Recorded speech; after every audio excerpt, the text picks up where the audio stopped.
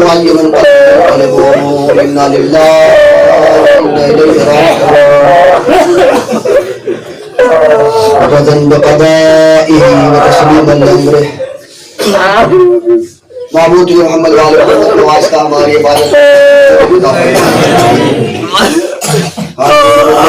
حاجات کو پورا فرما بانیان شریکان مجلس عہدیداران مجلس کی تمام دلی نیک حاجات کو پورا فرما سب کے مرحومین کی مغفرت فرما سفرہ جناب سیدہ پر جگہ عنایت فرما معبود تجھے واسطہ محمد وآل محمد کا جو بھی دنیا سے جا چکے ہیں بے اپنے جناب سیدہ ان کی مغفرت فرما معبود دنیا میں جہاں جہاں بھی ظلم ہو رہا ہے بے اپنے جناب سیدہ ظالم کو رشت و نابود فرما آیات اعظام کے سائے کو ہمارے اوپر طولانی فرما علماء کے برکت کو ہمارے اوپر طولانی فرما معبود محمد وآل محمد کا واسطہ جو پریشان حال ان کی پریشانیوں کو دور فرما جن کے کانوں پر بچوں اور بیٹیوں کی ذمہ داری ان کو سبکدوشی عطا فرما جو بے اولاد ہیں صاحب اولاد بنا صاحب اولاد ان کے اولاد کو نیک کردار بنا ہم سب کو شریعت محمدی پر عمل کرنے کی توفیق دے معبود دعاؤں کی سب سے بڑی دعا ہمارے امام کے ظہور میں تعجیل فرما ہم سب کو ان کے اصحاب اراغان میں شمار فرما ہمارے اعمال سے ہمارے امام کو راضی و خوشنود فرما ربنا تقبل منا انک انت السمیع العلیم